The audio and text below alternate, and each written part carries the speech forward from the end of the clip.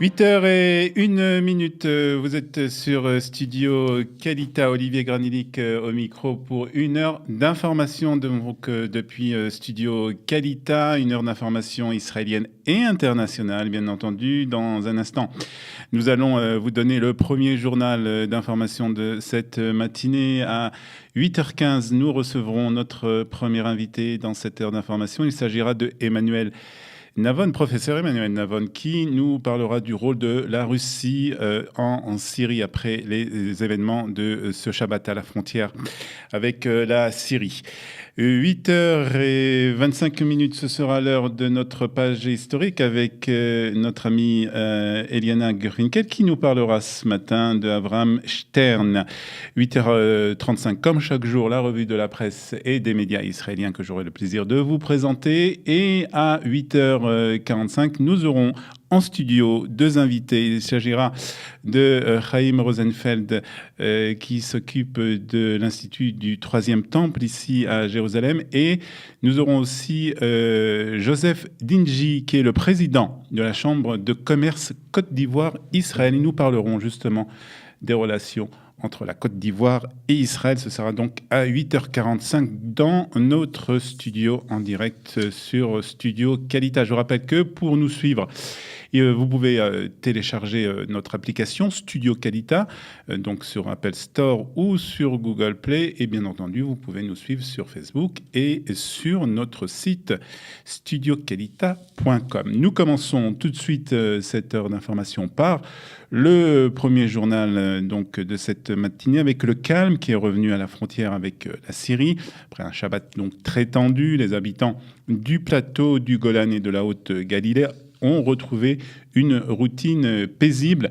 Je vous rappelle que l'aviation israélienne a abattu un drone iranien qui tentait de s'infiltrer en Israël. C'était samedi, bien entendu.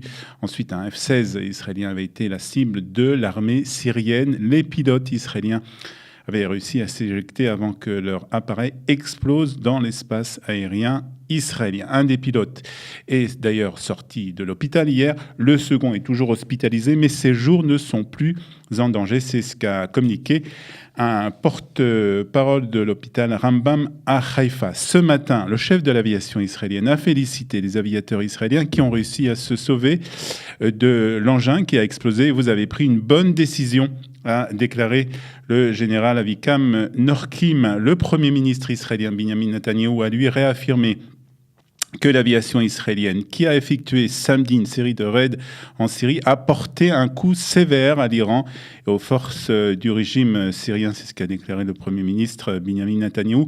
Nous continuerons à frapper tous ceux qui tentent de nous attaquer, a-t-il donc prévenu dans un communiqué qui a été diffusé par le bureau du Premier ministre. De son côté, le ministre des Transports et du Renseignement, Israël Katz, a accordé une interview à un site d'information saoudien. Nous allons enseigner à l'Iran une leçon qu'elle n'oubliera pas, a déclaré le ministre israélien. Nous reviendrons bien entendu dans un instant sur la situation en Syrie et plus particulièrement sur la position de la Russie dans la région avec notre invité, le professeur Emmanuel Navon. Ce sera à 8h15 donc sur Studio Kalita. Arafat est un grand leader. Sa contribution à la Palestine est historique. Ses paroles ont été prononcées par Narendra Modi, le Premier ministre indien qui est en visite dans les territoires de l'autorité palestinienne. Le Premier ministre indien a rencontré le président de l'autorité palestinienne, Mahmoud Abbas, à Ramallah. Cette visite dans la région vise à renforcer les liens de l'Inde avec les pays arabes. C'est ce qu'a précisé un communiqué du ministère indien des Affaires étrangères. Le Premier ministre indien devrait signer une série d'accords économiques avec les Palestiniens avant de se rendre aux Émirats arabes unis et à Oman. Dans le cadre des relations entre New Delhi et Ramallah, un projet technologique commun a été construit dans la ville visant à créer des emplois il y a quelques semaines. Benjamin Netanyahou était l'invité d'honneur de Modi en Inde.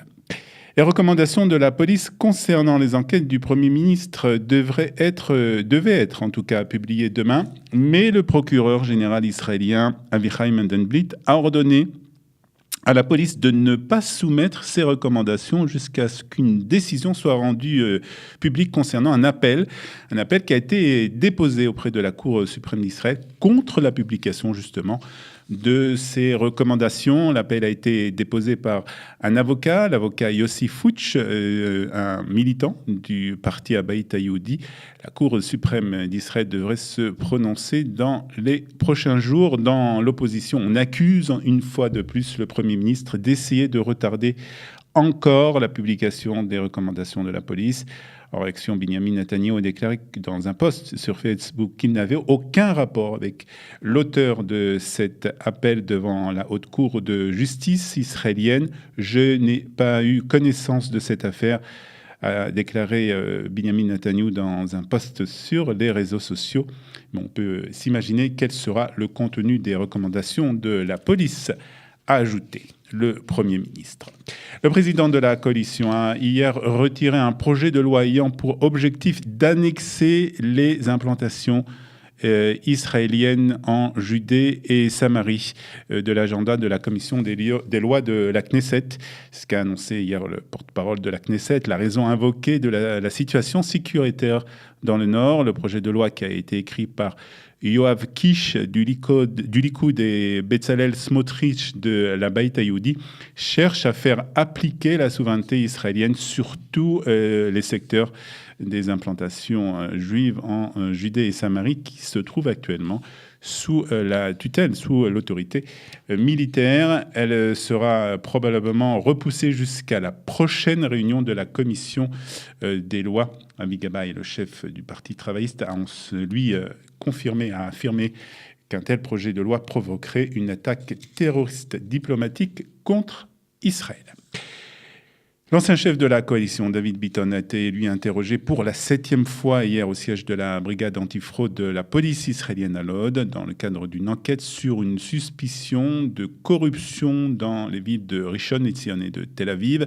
Le député du Likoud, qui a démissionné de ses fonctions de chef de file de la coalition après que l'enquête a été rendue publique, mais qui est toujours membre de la Knesset, est soupçonné d'avoir reçu des centaines de milliers de shekels sous forme de pots de vin, à la fois en tant que maire adjoint de la ville de Rishon LeZion et en tant que député.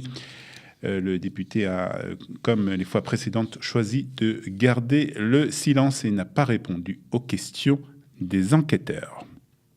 À Paris, l'ambassadrice d'Israël en France ne participera pas à la soirée d'ouverture du festival de cinéma israélien qui doit avoir lieu le mois prochain, donc dans la capitale française. La raison, la diffusion d'un film controversé, Foxtrot, le film de Samuel Maoz, qui a créé la polémique ici en Israël. Foxtrot donne une image très négative des soldats de Tsahal. Le film a remporté le Lion d'argent du Mostra de Venise et a été sacré meilleur film étranger par une revue cinématographique internationale.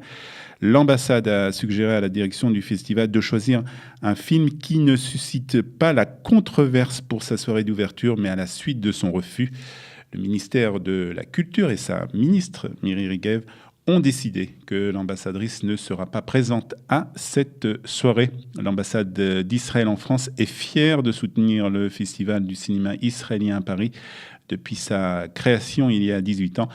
Et il n'a pas l'habitude de se mêler du choix des films diffusés durant le festival, a précisé un communiqué du ministère. Et pour terminer ce premier journal d'information de cette matinée, la météo avec des averses passagères qui sont attendues ce matin et cet après-midi en Israël avec une baisse des températures. Il fera 17 degrés à Tel Aviv, 18 à Tibériade, 20 degrés à Beersheva, 25 à Eilat et 15 degrés seulement à Jérusalem. Précisons que ce matin, c'est Ariel qui est à la réalisation technique. Dans quelques instants, notre premier invité, le professeur Emmanuel Navon, qui sera en ligne avec nous pour nous parler de l'implication et de la position de la Russie en Syrie. Nous en parlons dans un instant après quelques notes de musique.